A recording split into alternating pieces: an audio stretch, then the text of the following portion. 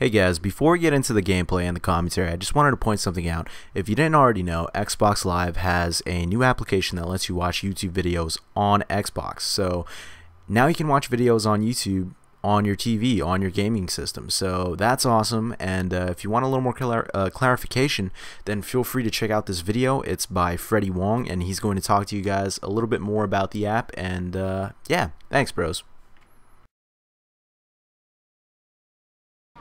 Hey guys, what's going on? It's Jugs, and it's pretty late, but you know what, I figured I'd make this commentary anyways, cause I thought that it was a good idea to do so. What the fuck? What am I saying? Why am I trying to explain my motives for making a video? I don't know. I felt like doing it. Let me just get off this thought pattern right now because this is stupid.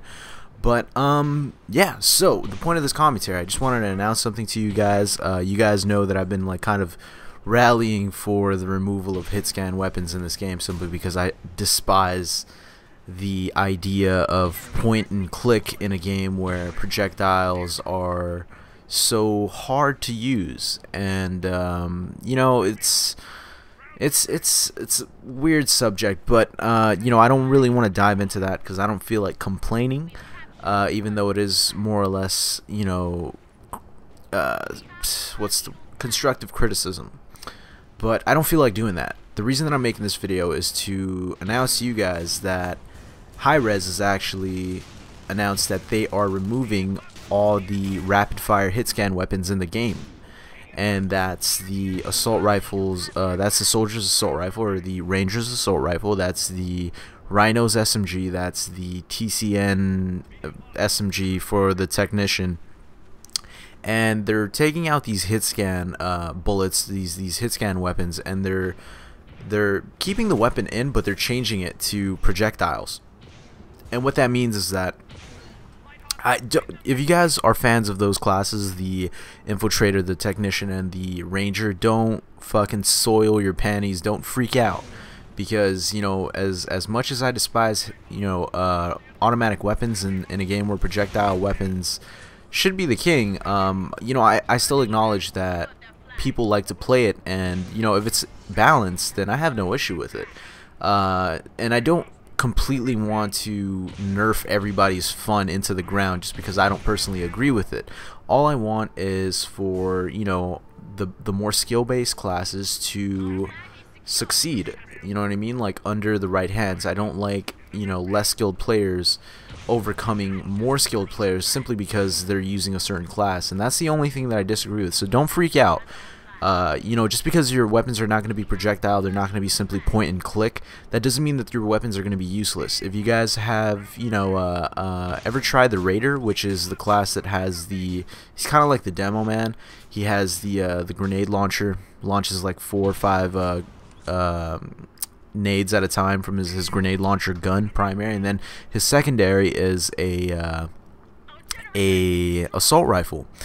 And it's interesting because his assault rifle secondary actually is a projectile based weapon, and I'm curious to see how they're going to tweak with his secondary assault rifle, seeing as how now brown cow, seeing as how now the hit-scan weapons that used to be hit-scan weapons are now going to be projectiles. So I'm curious to see what they're going to do with his secondary, but that's not the point. The point is that his secondary, as of right now, as of this commentary, if you've ever used it, you'll know what I'm talking about, is still really good, and it's a projectile based weapon. And you know, the thing about it is that weapon actually behaves really well for the range that it's supposed to work in. And that's a really important thing to take note of. The only thing that you're not going to be able to do anymore, easily at least, is pick people off from outside of your intentionally your intended effective range. And that just means that you're going to have to pick your confrontations a lot better, which is totally fine. I mean, you're using an automatic weapon. You shouldn't be trying to fight people at a long distance anyways, and if you're able to kill people from long distance, then that's lame. That's cheap. You shouldn't want your class to be cheap. You should want something that's balanced and skill based, so you know, people won't fucking ridicule you every 10 seconds for using the cheapest class in the game. And the reason I say don't freak out is because your class is still going to be really effective within the medium to close range, if it's anything like the Raiders secondary weapon, which is the fully auto projectile based assault rifle as of right now, the date of this video. And what that means is that you're just going to be using it within the appropriate range. Within close to medium range, you know, your weapon is still going to be pretty much point and click for the most part. Maybe with the exception for, you know, just on the cusp of your effective range, you're going to have to kind of lead your shots just a bit. Or against a really fast target, you might have to lead your shots just a bit, but it's really not hard. It's really not hard at all. You know, you guys should know, especially the people that play Sentinel. Sentinel, however, is not getting nerfed. They're not removing the projectile. They're not implementing a projectile-based mechanic to the Sentinel's sniper rifle, which I was a little disheartened to find out about. But they were really specific about it only being for the rapid-fire, you know, hit-scan weapons. And you know. Ooh, that was dirty. I forgot what I was saying. That blue plate, I turned on Bala with that blue plate, and that just completely wiped my memory. I have no idea what the hell I was going to talk about. So I guess I don't know if this was going to be what I was going to say, but you know, you bros that are using the Ranger and whatever, and you're using it right, you're not being cheap with it. You're chasing down people the right way. You're using your assault rifle within its effective range. You're really not going to feel anything with it. You're not going to be that gimped by it at all. If anything, it'll give you this newfound reliance on the Thumper, which is an amazing weapon. And you know, that's pretty much the only things that I had to say about that. So to the people that like to play those Hitscan classes, don't freak out. Your classes are going to take a little bit more skill, but you're going to find that with the increase in difficulty per kill, you're going to feel a lot more rewarded every time you get a kill, and it's not going to be this like, you know, you're not going to feel so cheap. I mean, I guess if that was a concern for you at all, which I extremely doubt if you were playing the class voluntarily, unless somebody put a gun to your head and made you play Ranger like a D-bag. But you know, and to the rest of us that use projectile-based weapons, fucking rejoice, because this is going to be awesome. I can't wait to play Tribes Ascend 3 years from now, when all the hype dies down, when all the people that are, you know, coming from Call of Duty and other hit scan based shooters, and they're gone, and it's nothing but the people that are devoted Tribes fans, and I guarantee you it is going to be an amazing time. It's going to be awesome. There's going to be people that are just playing the game the way that's supposed to be played. Probably by then most things are going to be completely balanced, and there's going to be, I pray that there is a competitive scene for this game 3 years down the line. I really would love to see this game living and thriving in the future. So yeah, that's awesome. But I am putting Bala to shame right now. So I cut out portions of this gameplay simply because this gameplay was actually 21 minutes long.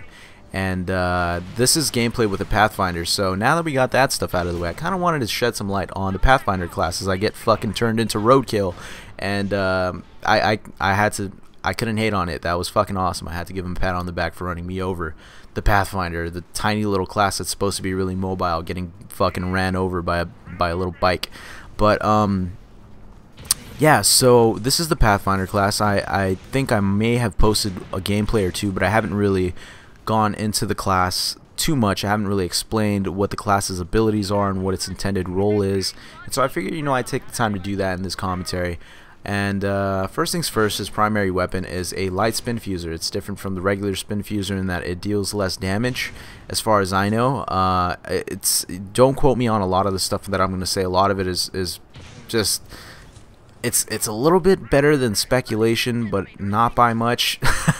It's coming from personal observation and experience, but you know, you guys could hit me with some actual numbers and some facts, and I could just be sitting here dumbfounded like, oh yeah, well, didn't know that. But you know, maybe I shouldn't be talking about it, but you know what, I'm just gonna mention, I've already given you guys the warning that I could be wrong about some of this stuff, and you know, I'm not the smartest dude to ever walk the earth, and I don't know the most about Tribes, but from personal observation, I feel like the spin fuser does a lot less damage to armored targets like, you know, tanks and base turrets and generators and stuff like that.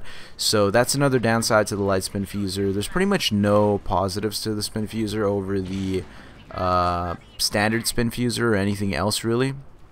it's a gimped version of the spin fuser that you get. You sacrifice, you know, the better spin fuser for more mobility and a slightly cheaper version of the spin fuser. However, it is still very effective, and your intended role isn't to be a slayer anyways as a Pathfinder. However, you're gonna see me do that anyways because I'm a d-bag, I'm a tool, and I just like to play games for the fun of it. And this game, I will top frag the lobby. I will fucking beast mode it in the credits section because I think I'm using the double credits perk anyways.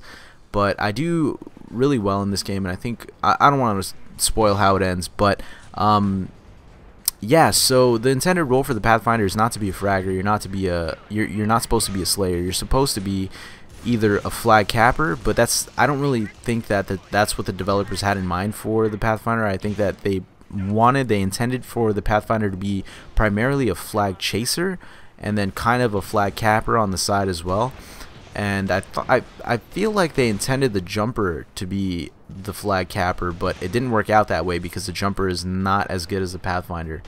Just straight up, it's just not as fast. Its ability, the jumper's class ability isn't useful at top speeds. It's just really useful for initial acceleration. And it's moments like this with the Ranger using his Hitscan on me that I feel a little bit better inside, knowing that that is going to be patched and that he's actually going to have to be a little bit better with his aim in order to kill me when I'm moving, like, you know, pretty fast. But anyways, oh, I forget what I'm talking about. I always get sidetracked. But his intended role is I felt like it was to be a flag capper, but however, he is the best option for flag chasing and flag capping.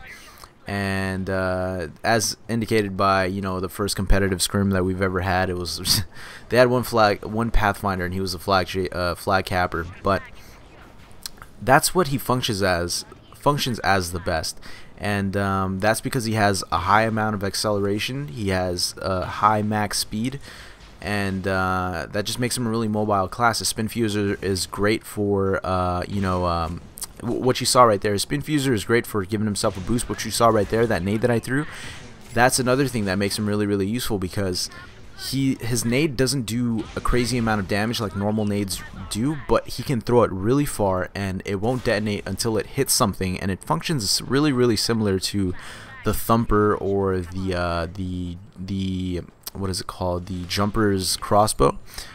Sorry, the voice got a little dry there, but the jumper's crossbow.